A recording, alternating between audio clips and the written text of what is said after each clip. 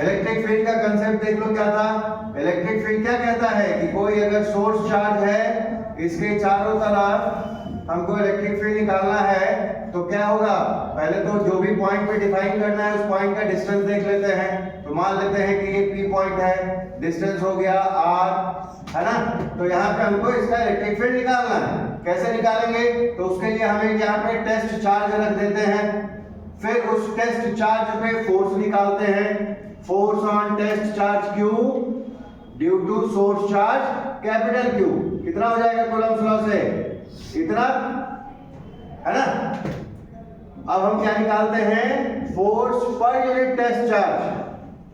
तो K Q by r square divided by small q cut जाएगा, क्या बचेगा, K capital Q by r square. यही जो वैल्यू होती है, this is called electric field at point P, किसके कारण, due to source charge capital Q के कारण।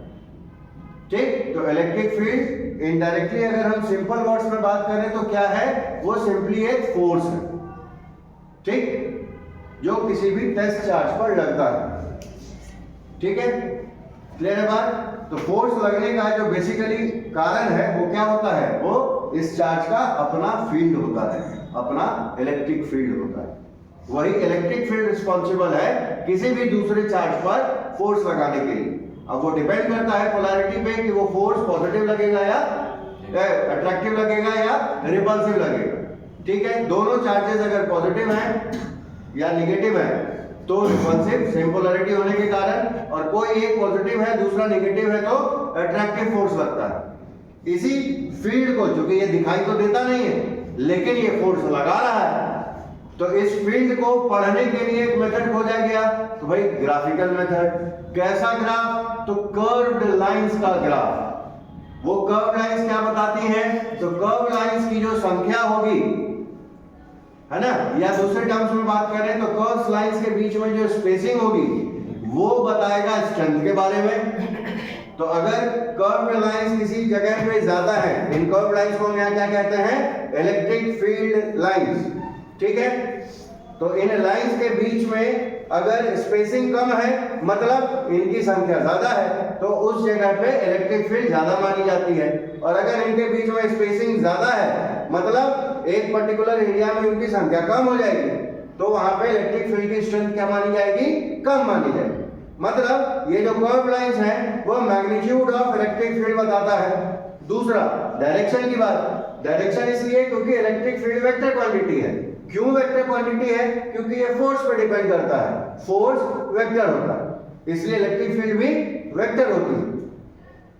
ठीक, अब चूंकि वेक्टर है तो डायरेक्शन होगा कुछ ना कुछ, तो कैसे पता करेंगे तो जिस भी पॉइंट पर हमको डायरेक्शन पता करना है ना, उस पॉइंट पर, वो पॉइंट कहां होगा, कर्व लाइन पे होगा, इलेक्ट्रिक फील्ड लाइन पर होगा। उस पॉइंट पर हमको सिंपली एक टेंजेंट ड्रॉ कर देना है। तो जब टेंजेंट ड्रॉ करेंगे तो जो टेंजेंट का डायरेक्शन होगा वही इलेक्ट्रिक फील्ड का डायरेक्शन होगा उस पर्टिकुलर पॉइंट पर। फिर फील्ड लाइंस की कुछ प्रॉपर्टीज थी। पहला कि पॉजिटिव चार्ज सोर्स होता है, मींस फील्ड लाइन उससे रेडियली बाहर निकलती है ना, चारों तरफ रेडियली बाहर, रेडियस के अलोंग बाहर निकलती है। दूसरा, नेगेटिव चार्ज वो क्या होता है, सिंक होता है, उसके लिए electric field lines radially inward होती है। सिंपल बात करें तो पॉजिटिव के लिए अवे फ्रॉम चार्ज, नेगेटिव के लिए टुवर्ड्स चार्ज। ठीक, दूसरी प्रॉपर्टी क्या थी इनकी कि ये आपस में इंटरसेक्ट नहीं करते। क्यों नहीं करते, क्योंकि अगर इंटरसेक्ट करेगा तो at the point of intersection there are two tangents which gives two directions simultaneously, which is practically not possible. इसीलिए हम कहते हैं कि two electric field lines never intersect each other.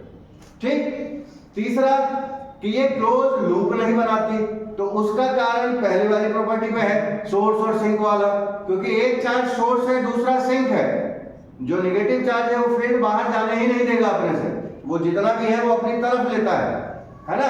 तो जितना भी पॉजिटिव चार्ज से फील्ड लाइन निकलेगी नेगेटिव की तरफ, वो नेगेटिव पे जाके टर्मिनेट हो जाती है, वो वापस पलट के आएगी ही नहीं। इसलिए ये क्लोज लूप नहीं बनाता है ना।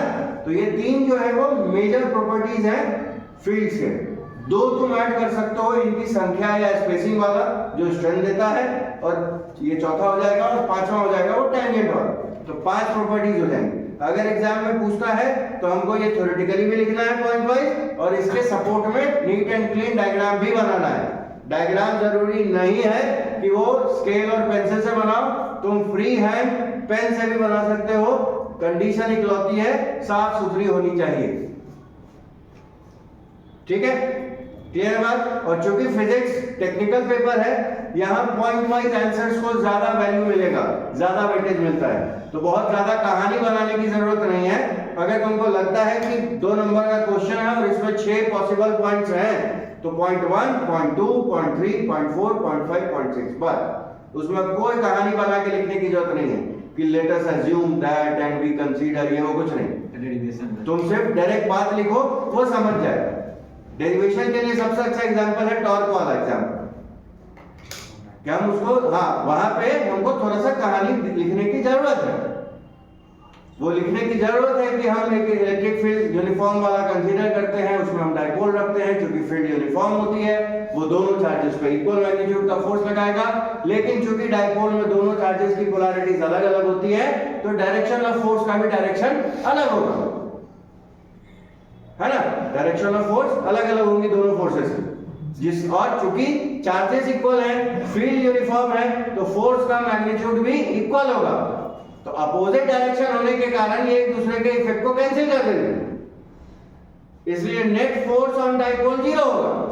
यहां पे हम उसका रीजन दे देंगे कि भले ही नेट फोर्स 0 है, बट स्टिल ये जो equal and opposite forces act कर रहे हैं डायपोल पर, वो एक टॉर्क, एक रोटेटिंग इफेक्ट पैदा करेंगे, जिसका मैग्नीट्यूड इस तरह से निकालते हैं, और फिर वहां से डेरिवेशन कर देते हैं। तो तुमको ये समझना होगा कि किस टॉपिक की कहानी हमको बतानी चाहिए, है ना। तो वो तुम जब क्वेश्चन बैंक पढ़ोगे, क्वेश्चंस पढ़ोगे, उसका क्या आंसर दिया है, तुम होते तो क्या लिखते, तो जब ये रिलेट करोगे तो तुमको गैप भी पता चलेगा, या ये पता चलेगा कि तुम जो सोच रहे थे वो सही सोच रहे थे, ठीक है। तो सेल्फ स्टडी का टाइम तुमको बढ़ाने की जरूरत है, एटलीस्ट 2 घंटा 2.5 घंटा एक पेपर के लिए चाहिए, किसी भी हाल में, ठीक है। साल भर भरे ना पढ़ो, बट अभी जरूरी है, ठीक है। अब इसमें भी तुमको ये वाला कंसेप्ट यूज होता है, तो वहां पे फोर्स की जगह इलेक्ट्रिक फील्ड के मैग्नीट्यूड्स आ जाएंगे, ठीक है। यहां तक ये बात क्लियर है पूरा, तो इसको लिख लो।